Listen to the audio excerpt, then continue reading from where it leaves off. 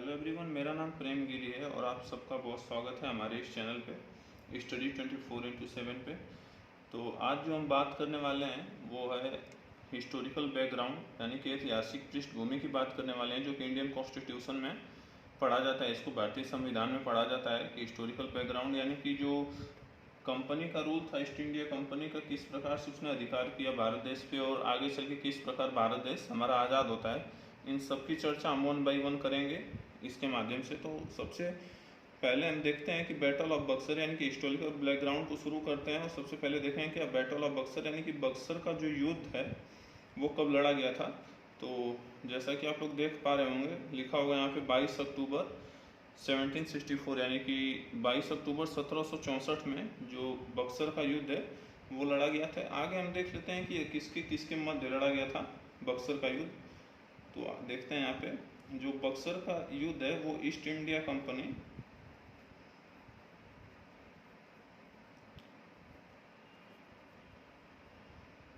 बंगाल के नवाब के मध्य लड़ा गया था। तो यहाँ पे केवल जो है बंगाल के नवाब नहीं थे, बल्कि 3 ऐसे राजा की सेना थी जो कि ईस्ट इंडिया कंपनी के मध्य इनका क्या हुआ था, युद्ध हुआ था।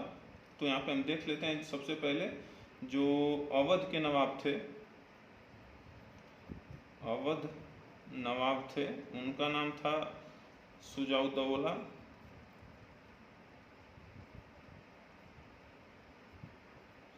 और मुगल एम्परर जो थे यानी कि मुगल बादशाह थे, उनका नाम था शाह आलम द्वितीय सेकंड, यानी कि मुगल एम्परर जो थे वो थे शाह आलम। और जो बंगाल के नवाब थे यानी कि नवाब ऑफ बंगाल जो थे, उनका नाम था मीर कासिम। इन तीनों सेनाओं के मध्य और ईस्ट इंडिया कंपनी के मध्य क्या हुआ था, बैटल ऑफ बक्सर यानी बक्सर का युद्ध हुआ था। एक तरफ ये 3 सेनाएं थी और ईस्ट इंडिया कंपनी एक तरफ थी। उसके बावजूद भी क्या हुआ था कि ईस्ट इंडिया कंपनी जीत गई थी यह युद्ध। और उस समय जो ईस्ट इंडिया कंपनी है, इसके जो सेना नायक थे यानी कि हम कह सकते हैं कमांडर इन चीफ जो थे, वो हेक्टर मुनरो था, यानी कि Hector Munro. East India Company का जो चीफ था वो हेक्टर मुनरो था। ये क्वेश्चन अक्सर पूछता है कि बैटल ऑफ बक्सर के समय में ईस्ट इंडिया कंपनी की जो सेना नायक थे यानी कमांडर इन चीफ थे, उसका क्या नाम था। तो हेक्टर मुनरो उसका नाम था।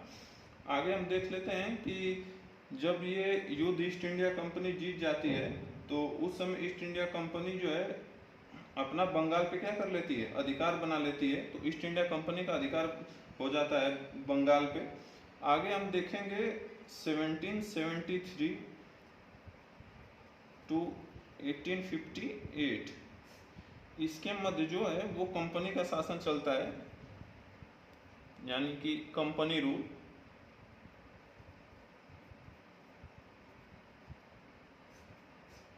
इसके अंदर हम पढ़ेंगे रेगुलेटिंग एक्ट की चर्चा करेंगे, जो कि 1773 में आया था, regulating act.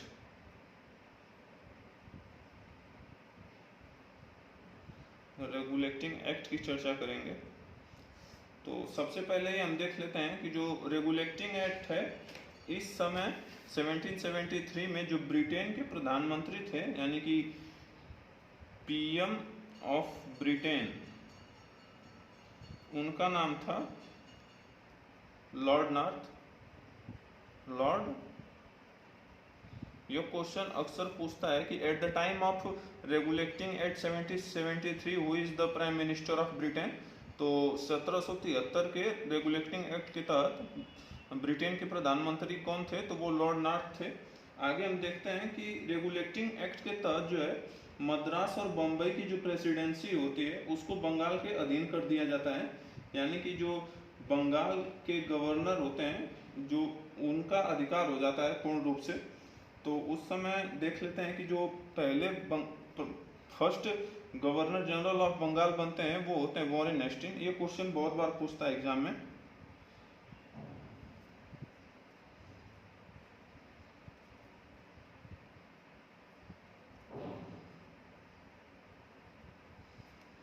First governor general of Bengal,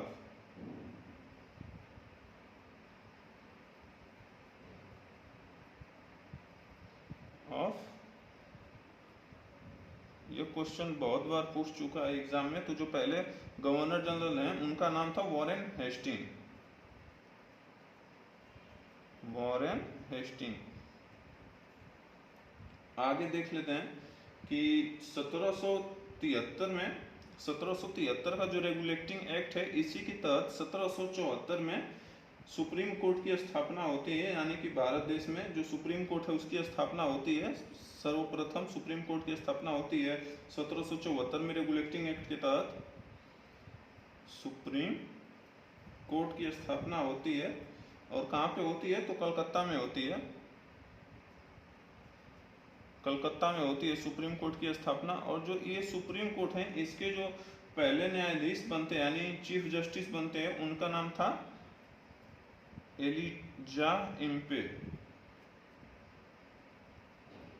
तो एलिजा इम्पे जो थे ये फर्स्ट चीफ जस्टिस थे सुप्रीम कोर्ट के, जो कि कलकत्ता में सर्वप्रथम निर्माण हुआ था 1774 में। और 1773 का जो रेगुलेटिंग एक्ट है उसके तहत इसका निर्माण कराया गया था। उस समय इस सुप्रीम कोर्ट में जो जज की संख्या थी वो 4 थी, और ये जो थे वो मुख्य न्यायाधीश थे। तो ये था रेगुलेटिंग एक्ट 1773 की बात। आगे की क्लास में हम 1781 यानी कि एक्ट ऑफ सेटलमेंट की बात करेंगे, और भी जितने एक्ट हैं उनकी चर्चाएं करेंगे। आज के लिए बस इतना ही। तो अगर ये वीडियो आप लोगों को हेल्पफुल लग रहा हो तो इसे शेयर करें, और अगर आप इस वीडियो पे नए हैं हमारे चैनल पे तो चैनल को सब्सक्राइब करें और शेयर करें। धन्यवाद।